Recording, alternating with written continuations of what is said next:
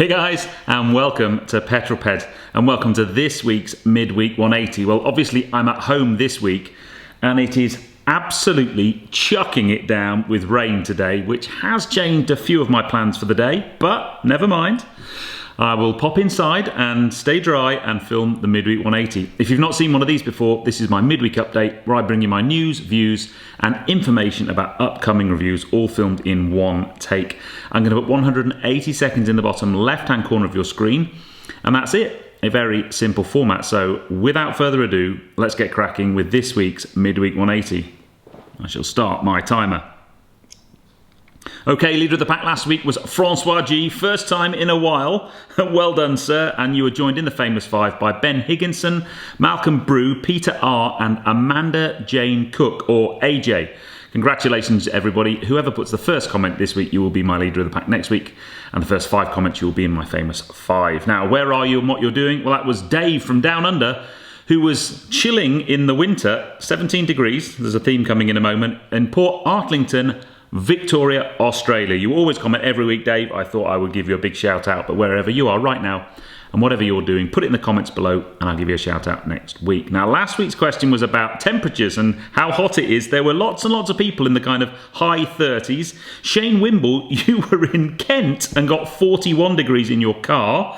Jamie Haggo said it was a bit chilly in Saudi Arabia where he was. It was only 43 degrees, so had to put a fleece on. But we were all beaten by Death Valley recording the hottest temperature on Earth last week, 59 degrees Celsius or 130 degrees Fahrenheit.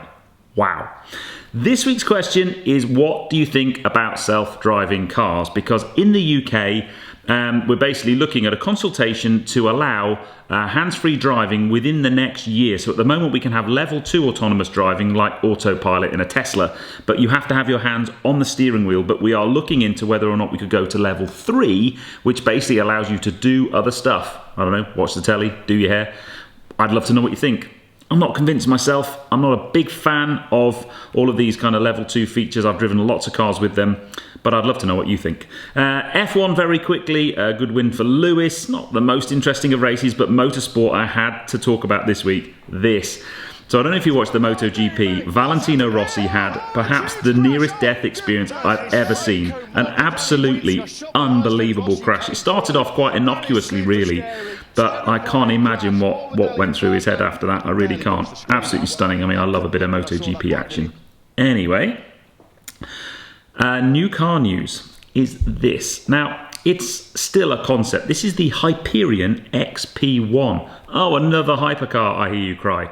Yes, but this is a hydrogen-powered hypercar. It has a hydrogen fuel cell, and it will do, apparently, according to the makers anyway, 1,000 miles on a single fill-up.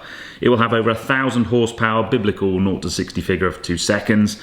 Clearly, the biggest challenge with hydrogen cars is infrastructure, even more challenge than electric cars, but I would love to drive a hydrogen car, and I think hydrogen, for me, is actually the future of non-fossil fuel cars, but we'll see if we can get me into a hydrogen-powered car sometime soon, hopefully. This Friday at 6, well, it's definitely a fossil fuel car, a 40-year-old Audi Quattro Coupe from the Audi Heritage Collection. And that's it. Join me on Friday at 6 p.m. for that.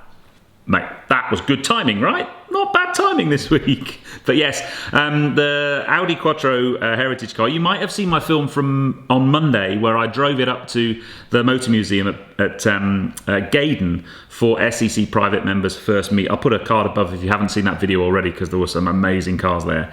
But I did promise a more in-depth video, and I've done one, and it will drop on Friday at 6.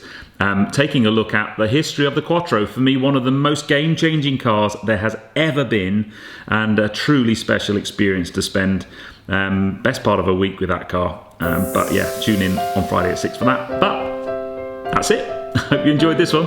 If you have done so, please give me a thumbs up. Comments below are always welcome, and if you haven't done so already, please subscribe to Petrol for plenty more content to come, and I'll see you on the next film, guys. But you take care. Drive safe.